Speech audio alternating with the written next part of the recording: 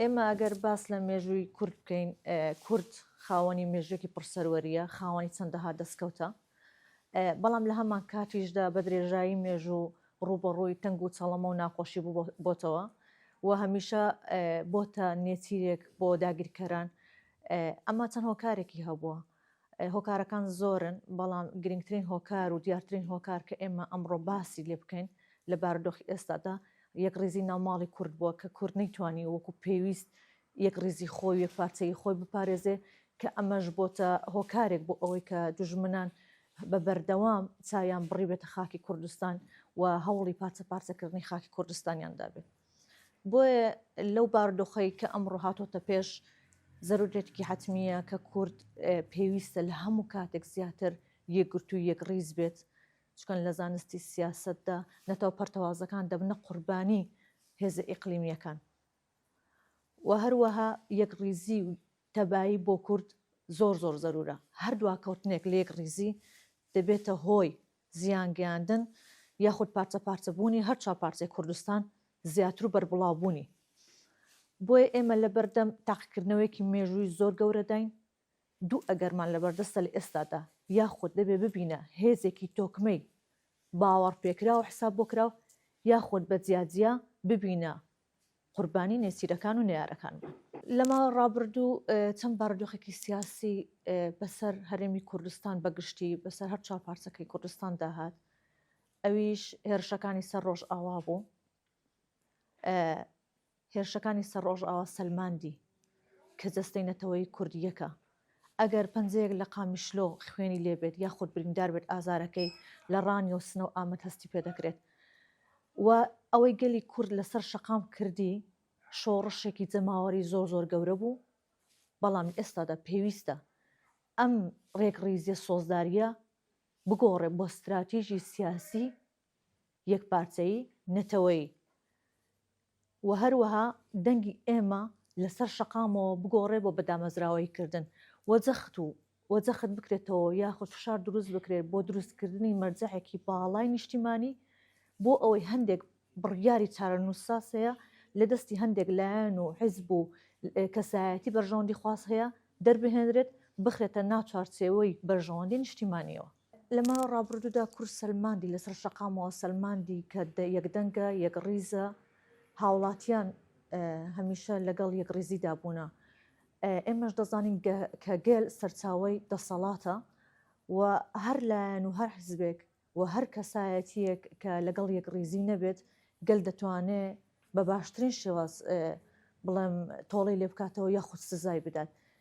یەکێک لەو سزایانە سزای سیاسیە کە دەتوان لە ڕێگەی سندوقەکانی دەنگدانەوە متمانە لەو لایەنە یاخود لەو حیزبە بستێنێتەوە کە لەگەڵ یەک ڕیزی و یەکدەنگی دانیە، کە دەتوانێت بایکۆتی دەنگدانی ئەو حیزب ئەو لایەنە بکات کە لەگەڵ یەک ڕیزی دانیە لەگەڵ تەبایی ناوماڵی کوردانیە. و هەروەها ئێمە فشاری مەدەنیمان هەیە، دەتوانین لە ڕێگەی فشاری مەدەنیەوە خۆپیشاندان بکەین و داوای یەک ڕیزی سەرتاسەری بکەین، یەک گوتار و یەک وتار بین کە بتوانین داوای یەک ڕیزی بکەین. و هەروەها ئێمە فشاری کۆمەڵایەتی دەتوانین بخەینە سەر حیزبەکان و سەر لایەنەکان و لایەن و کەسایەتیەکان بە سزادان و بە شەرمەزارکردنی ئەو گوتارانی کە دەبنە هۆی خراپ بەکارهێنان و بەلاڕێدابردنی بارودۆخەکان. و ئێمە دەزانین کە مێژوو ڕەحم بە هیچ کەسێک ناکات.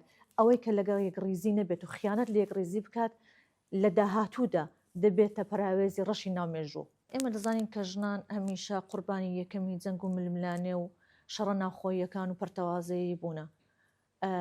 بەڵام پێویستە ئێمەی ژنان، بزوتنەوەی ژنان و ڕێکخراوەکانی ژنان و چالاکوانانی مەدەنی زەخت دروست بکەن لەسەر لایەنە سیاسیەکان و یاخود ببنە یەک دەنگ و یەک ڕەنگ و دەست لە ناو دەست بۆ ئەوەی بتوانن ئەو یاداشتانەی کە بۆ یەک ڕیزی دەردەچێت بتوانن کاریگەری لەسەر کۆمەڵگا بەجێ بێڵن، بتوانن کاریگەری لەسەر حکوومەت و لەسەر دامەزراوە نیشتیمانیەکان بەجێ بێڵن، بۆی ئێمە هیچی تر ڕۆڵەکانمان و منداڵەکانمان نەبنە قوربانی ئەو ململانە سیاسیانە، بۆی هیچ تر ئەوان باجی دووبەرێکی و ناکۆکی نێوان حیزبە سیاسیەکان نەدەن.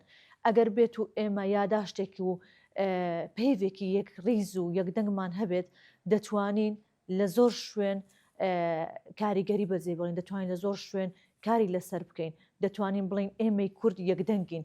بەڵام ژنان هەمیشە قوربانی بوونە، هەمیشە لە جەنگ و ململانەکان پشکی شێریان بەرکەوتووە.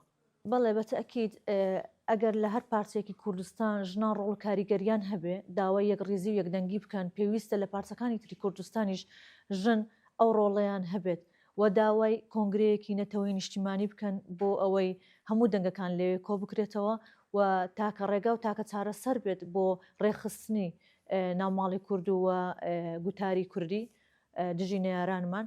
بۆیە زۆر زەرورە ژنان و چالاکوانی ژنان لە هەندێک بابەتی کە ئێستا زەرور نییە بێنە دەرەوە، بێنە ناو بابەتە نیشتیمانیەکان و داواکاریان تەنها یەکڕێزی بێت بۆ پاراستنی مافەکانیان و بەرەو پێشبردننی زیاتری ژنان.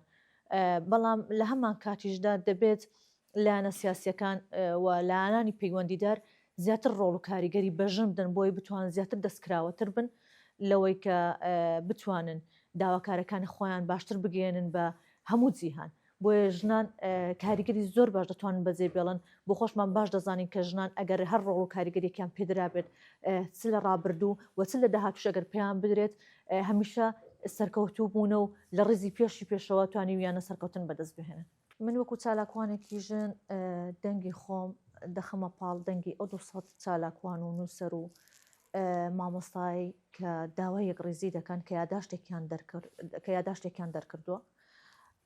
ئەمە دەنگی زیندوی کۆمەڵگایە.